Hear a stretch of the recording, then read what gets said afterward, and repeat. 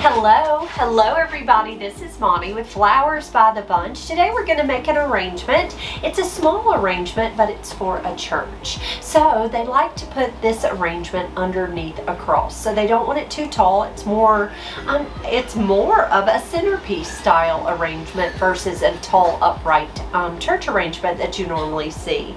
So I have taken just I would call it more of a compote container. It's just a plastic container.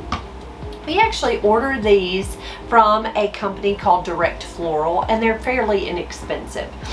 We've added about a half of a block of fresh floral foam that has been soaked, and I put water in the reservoir. So I always add water to the reservoir just to make sure that there is plenty of water for the flowers to drink. I'm going to take my floral tape. This is just a waterproof tape, and I am going to tape that foam into place. If I don't, I'm going to flip it. And I am going to cross it over.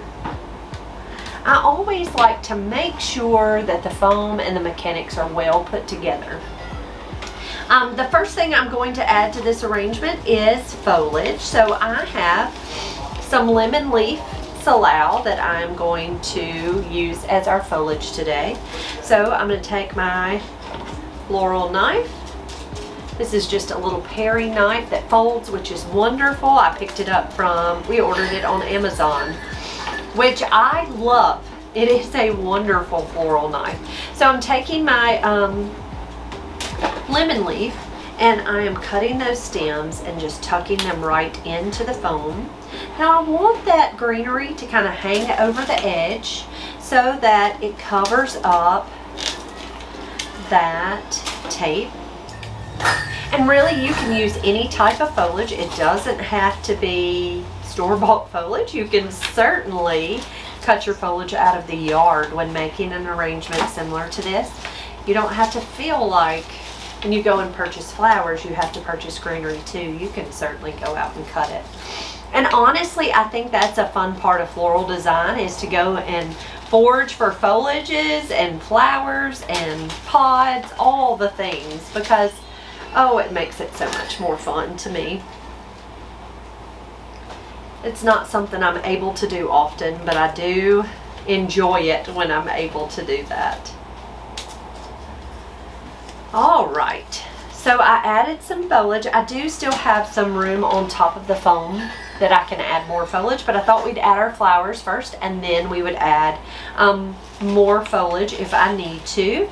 Next, we're going to come in. So I brought the flowers that I chose were these pretty sunflowers with dark centers, some Solidago aster, I would call it kind of a plum colored button mum, some mini green hydrangeas, and some hot pink spray roses, which are so pretty and so happy. I'm going to start out with my hydrangeas. So I'm going to pull off most of the foliage, and I'm going to cut that stem pretty short, and I'm going to dip it into a quick dip.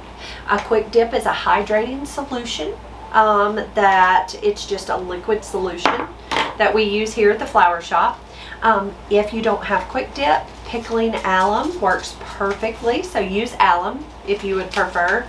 It's much quicker, honestly. I just remove some of that foliage, cut that stem, dip it in quick dip. I usually count to about 7.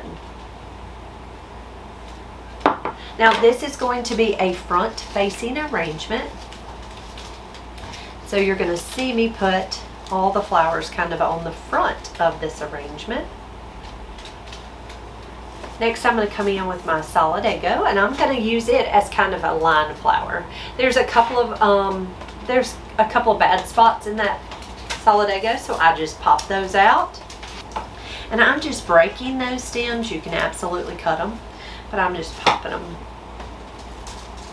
And I'm going to break this one in half. I'm going to use it in 2 separate insertions. And then I'm going to actually take the even smaller pieces where I take each little bloom.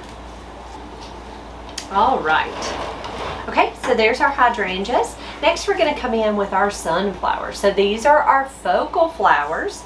So I have, I have one that's a little smaller, and I try to always look at them and see, here's my smallest, my medium, and then my larger one. So I'm going to start with my smaller up high. I am going to wire them, and let me tell you why.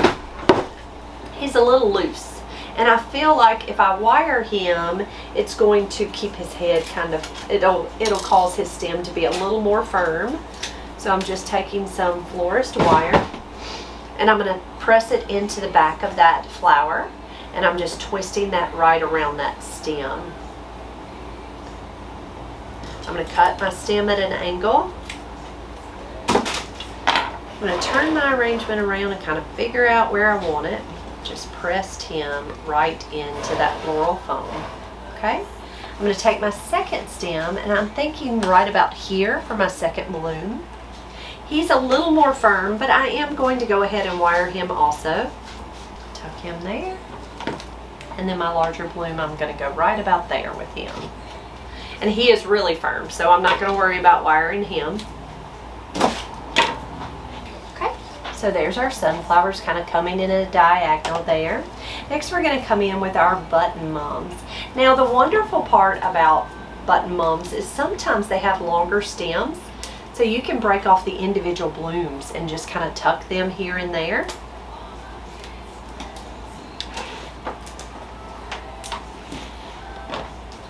So I took off a couple of those blooms and laid them on the table.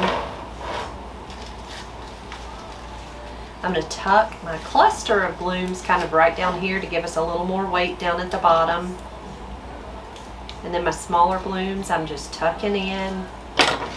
Next I'm going to come in with my pink spray roses. So I have such pretty pink spray roses.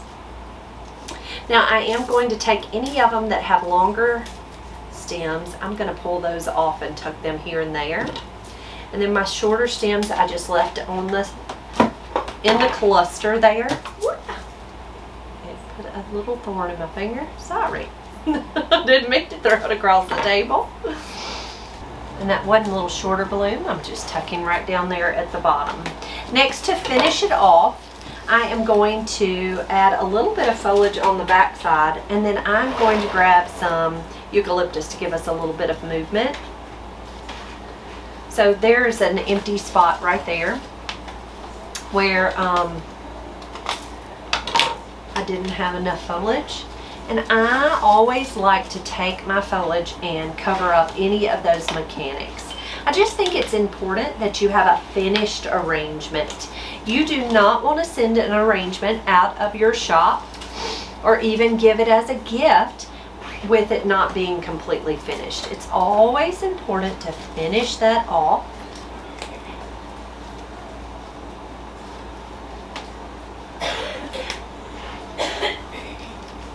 All right, I am going to grab some eucalyptus and we will put the finishing touches on this arrangement. Give me just a second. All right, so for our finishing touch, we're going to use a little bit of baby blue or spiral eucalyptus. I'm going to take my my euc and I'm going to cut one of the lateral branches off, and I'm going to strip that of some of the foliage on the stem, and then I am going to press him right down into that foam.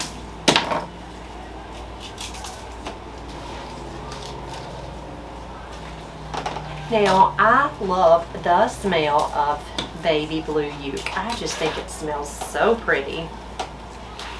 And it really makes things so pretty too. Now, you have to be careful with eucalyptus because sometimes it'll break your skin out. It just depends on you and how sensitive you are. And baby blue is the one that would do it. If it's going to break you out, it's baby blue that would break you out. So there is our finished church arrangement. I know it's a lot different than how we normally make a church arrangement, but this altar is a lot different than it normally is set up. So it's really pretty, and I really love how they set it up. But it turned out really lovely.